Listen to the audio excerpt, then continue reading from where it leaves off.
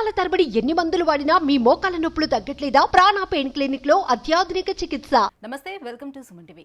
AP ప్రభుత్వం కీలక నిర్ణయం తీసుకుంది. అన్ని ప్రభుత్వ కార్యాలయాల్లో ముఖ్యమంత్రి చంద్రబాబు నాయుడు గారితో పాటుగా ఉప ముఖ్యమంత్రి పవన్ కళ్యాణ్ ఫోటోను కూడా పెట్టాలని కీలక ఆదేశాలను జారీ చేసింది. ఈ అంశంపై మాట్లాడేందుకు మనతో పాటు ఉన్నారు ప్రముఖ రాజకీయ విశ్లేషకులు చందు శ్రీనివాస్ గారు.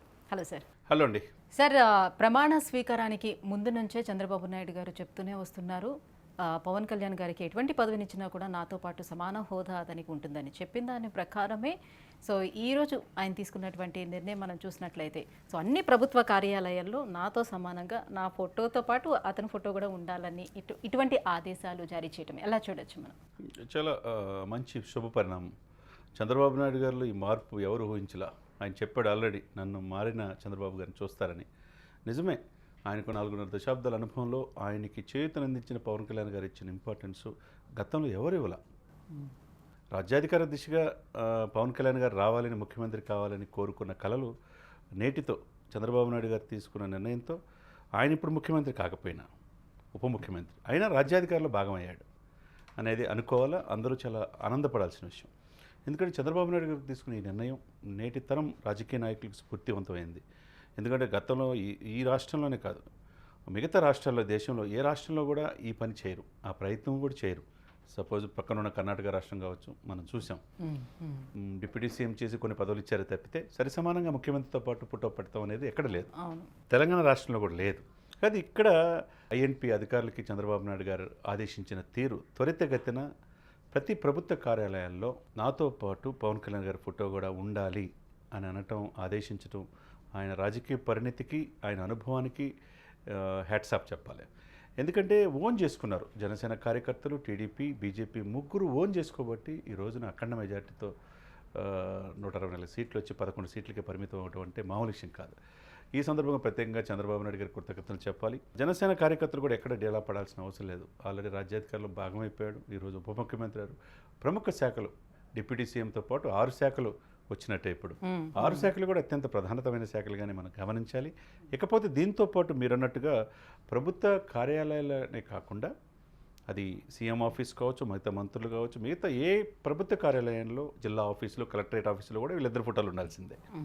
ఓవరాల్గా ఆంధ్రప్రదేశ్ మొత్తం, ఇంక్లూడింగ్ ఏపీ భవన్తో సహా, ఢిల్లీతో సహా.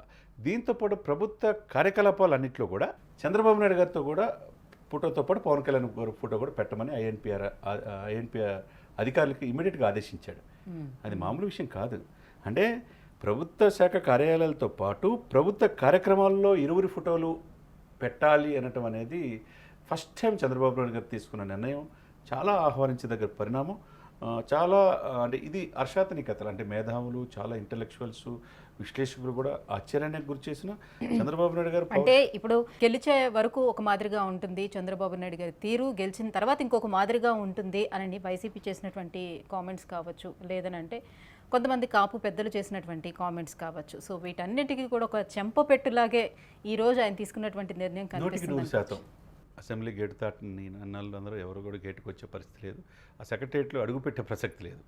ఆయన హోందాగా వెళ్తాడు 21 మంది ఎమ్మెల్యేలతో. హోందానే కాకుండా చంద్రబాబు నాయుడుతో సరిసమానంగా, మీరు చెప్పినట్టు నా వెనక కాదు, నాతో పాటు నా సరిసమానంగా భాగస్వామి ఉంటాడని మాట ఇచ్చాడు చంద్రబాబు నాయుడు. ఆ విధంగా ఇద్దరు కలిసి వెళ్ళటం, ఒకవైపు శాసనసభలో కావచ్చు, శాసనమండలిలో కావచ్చు, ఇరువురు ప్రాధాన్యత. రాష్ట్ర వ్యాప్తంగా పవన్ కళ్యాణ్ చరిష్మా ఏంటని తెలిసింది. ఒకప్పుడు చంద్రబాబు నాయుడు గారు, ఇప్పుడు చంద్రబాబు నాయుడు గారు అధికారం వచ్చేదాకా ఉపయోగించుకుంటాడు, వాడేస్తాడు. చంద్రబాబు నాయుడు గారు నమ్మొద్దు, పవన్ విండుడుగా పోటీ చేయని, వీళ్ళిద్దరు కలగకూడదని వైసీపీ అనుకున్నది. పవన్ కళ్యాణ్ తెలుసు ఓటు చెల్లకుండా రాజకీయం ఎలా చేయాలి, ప్రభుత్వాన్ని ఎలా గద్దెదించాలో తెలుసు.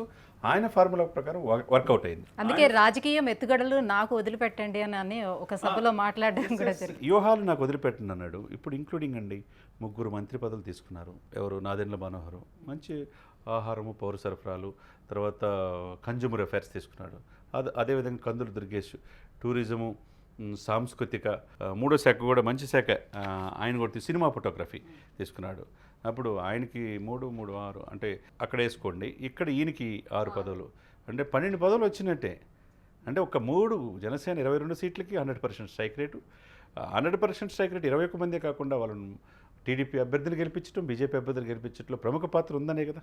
ఇంతవరకు మన చరిత్రలో ఎప్పుడైనా మీకు కూడా దాదాపుగా 20 సంవత్సరాల నుంచి మీడియాలో ఉన్నట్టున్నారు. ఎప్పుడైనా ఏ ముఖ్యమంత్రి అయినా ఇంత సరిసమానంగా డిప్యూటీ సీఎంని, గతంలో 4 డిప్యూటీ సీఎంలు ఇచ్చారు జగన్మోహన్ రెడ్డి గారు. ఏ డిప్యూటీ సీఎంకి అసలు హోదా కానీ వాళ్ళ ట్రాన్స్ఫర్లు కానీ చివరికి వాళ్ళకేమీ తెలియవు, కేవలం పేరుకే అన్ని సామాజిక వర్గాల దగ్గర తీసుకున్నట్టుగా ఇది. అదేవిధంగా ఇక్కడ కూడా చేసినా ఏం చేశారు తెలంగాణ కూడా మనం చూసాం.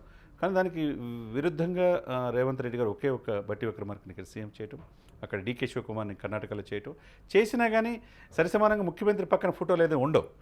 ఇక్కడ ఫస్ట్ టైం ఆంధ్రప్రదేశ్ చరిత్రలో ఈ నిర్ణయం తీసుకోవటం చాలా అంటే మీరు అన్నట్టు చెంపపెట్టే విమర్శించే వాళ్ళకి, చంద్రబాబు నాయుడు నమ్మకూడదు అనే వాళ్ళకి, కొంతమంది విశ్లేషకుల రూపంలో ఉండే వాళ్ళందరికీ కూడా ఇది ఒక రకంగా చెంపపెట్టే. అంటే చంద్రబాబు నాయుడు గారు ఏ విధంగా పవన్ కళ్యాణ్ని ఎమర్జ్ చేస్తున్నాడు.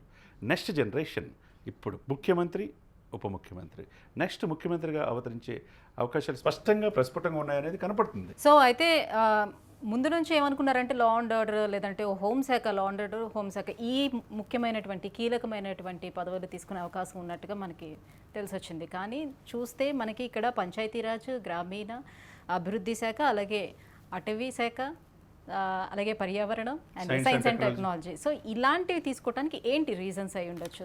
డెఫినెట్గా అండి, మీరన్న మంచి క్వశ్చన్ అడిగారు. ఆయన హోంశాఖ తీసుకుంటాడు, తీసుకోవాలి అని చెప్పి చాలామంది అనుకున్నారు ఆయన లా అండ్ ఆర్డర్ క్రమశిక్షణలో పెట్టాలంటే. గ్రామీణాభివృద్ధి శాఖ పవన్ కళ్యాణ్ గారు తీసుకుంది చాలా ఉన్నతమైన ఇది. ఎందుకంటే ఆయన సాధించాలనుకున్నది గ్రామ స్థాయిలో ప్రజలకు చేరువవచ్చు, తన పార్టీ కూడా తన సిద్ధాంతాలు ముందుకెళ్ళచ్చు, ప్రజలకు ఏ కష్టాలున్నో ఐడెంటిఫై చేసుకోవచ్చు.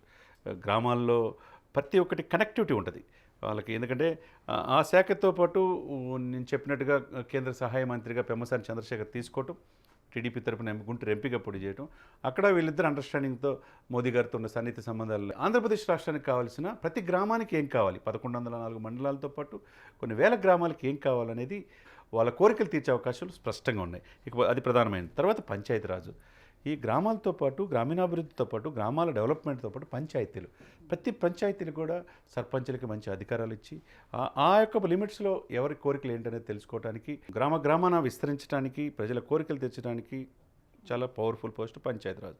నిధులు ఎక్కువ ఉంటాయి సెంట్రల్ నుంచి. అదేవిధంగా మీరన్నట్టు గ్రామీణ అందరికీ తాగునీరు, ఇంటికి కుళాయి ఇస్తామని చెప్పి వాగ్దానం చేశారు. అది కూడా గ్రామీణ తాగునీరు పథకం ఈయన చేతిలోనే ఉంది, వాగ్దానం మేనిఫెస్టోలో పెట్టినట్టు. ఇంకోటి పర్యావరణం, ఈయనకి ఇష్టమైనది. టైం దొరికినప్పుడల్లా ఫామ్ హౌస్కి వెళ్తారు.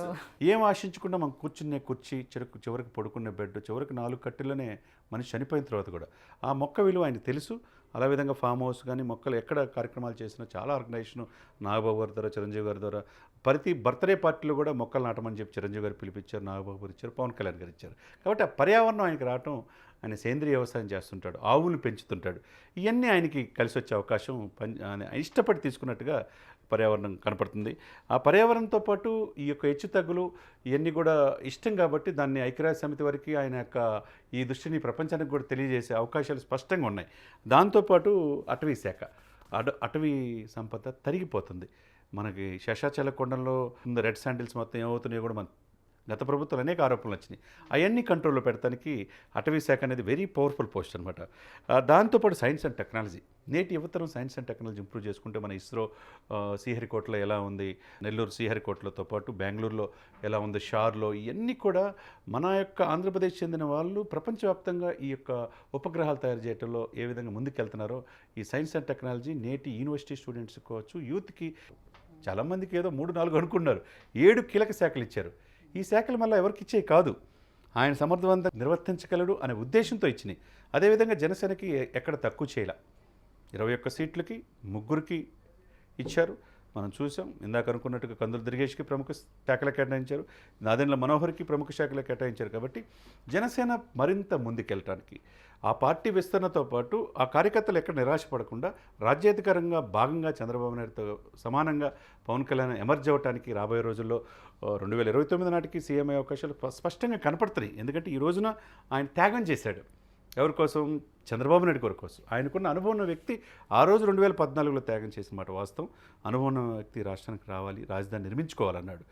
ఆయన కొన్ని సైద్ధాంతికమైన ప్యాకేజీకి ఒప్పుకున్న ఇదితో ఆయన నుంచి విడిపోయి 2019లో విడిగా పోటీ చేశారు. కానీ 2024లో ఎట్టి పరిస్థితుల్లో జగన్ గద్దె దించాలి, అవినీతిమైపోయింది రాష్ట్రం. అంటే రాష్ట్రం విడిపోయి ఇప్పటికి 10 సంవత్సరాలు అయింది. ఈ 10 సంవత్సరాల్లోని 2 సార్లు ఇద్దరు ముఖ్యమంత్రులు వచ్చినప్పుడు కూడా ఎటువంటి అభివృద్ధి అనేది కనపడలేదు. ఈసారి కూడా ఎవరు వచ్చినప్పటికీ కూడా నిధులు అనేది లేదు కాబట్టి రాష్ట్ర అభివృద్ధి నష్టం అయిపోతుంది, ఎవరు వచ్చినా కూడా ఒకే రకంగా ఉంటుందనే భావన ప్రజల్లో ఉండింది. సో ఈ మూమెంట్ కనుక మనం చూసుకున్నట్లయితే ఖచ్చితంగా అభివృద్ధి అనేది సాధ్యమయ్యేటట్టే కనిపిస్తుంది.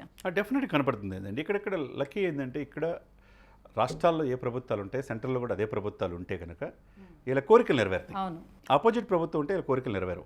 సేమ్ ఇదే కనపడుతుంది ఇక్కడ. పరిపాలన భాగస్వామ్యం ఆల్రెడీ సత్యకుమార్ కూడా మినిస్టర్ అయ్యారు, హెల్త్ మినిస్టర్ అయ్యాడు.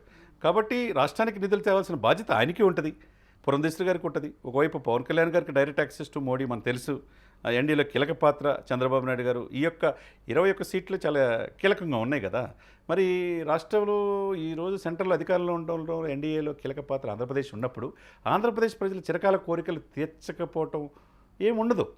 గతంలో ఆ ముఖ్యమంత్రి గారు అడగలేకపోయారు, రాష్ట్రానికి కావాల్సిన తీర్చుకోలేకపోయాడు. ఈ ప్రభుత్వం అయితే ఆల్రెడీ అమరావతి పనులు స్టార్ట్ చేసింది. నెక్స్ట్ వీక్ నుంచి సంపూర్ణంగా ఎక్కడైతే ఆగిపోయిందో అమరావతి నిర్మాణానికి ముందుకెళ్తున్నారు. మనం స్టెప్స్ తెలుస్తున్నాయి మనకి. తిరుపతి నిన్న చంద్రబాబు నాయుడు గారు వెళ్ళి నేను తిరుమల వెంకటేశ్వర స్వామికి సాక్షిగా చెప్తున్నాను, అభివృద్ధికి ముందు ప్రయారిటీ ఇస్తాను అని చెప్పాడు. దాంట్లో భాగంగా అధికారులను బదిలీలు కావచ్చు, ఎక్కడికెక్కడ సమర్థవంతమైన ఆఫీసర్లు వేయటం కావచ్చు, పరిపాలన మీద పూర్తి గ్రిప్పు ఆయనకు అనుభవం ఉన్నది. ఆ అనుభవంతో పవన్ కళ్యాణ్ గారు అనుకున్న పోరాట పట్టుమ వీళ్ళిద్దరూ కలిపి పరిపాలన మీద ఇప్పుడు దృష్టి పెడితే సుపరిపాలన రాబోయే దశాబ్దం పాటు ముందు 2024 నుంచి 2029 కూడా మళ్ళీ అధికారంలో వచ్చే అవకాశాలు స్పష్టంగా ఏర్పడుతున్నాయి. ఈ మంత్రి మండలి ఎవరైతే 26 మంది ఉన్నారో కూడా వాళ్ళకు కూడా శుభాకాంక్షలు మనం తెలియజేయాలి. సుపరిపాలన అందిస్తారనటంలో ఎటువంటి అతిశయోక్తి లేదన్నమాట. Right, thank you so much sir. Suman టీవీలో మీ పర్సనల్ అండ్ బిజినెస్ ప్రమోషన్స్ కోసం కింది నెంబర్కి కాంటాక్ట్ చేయండి.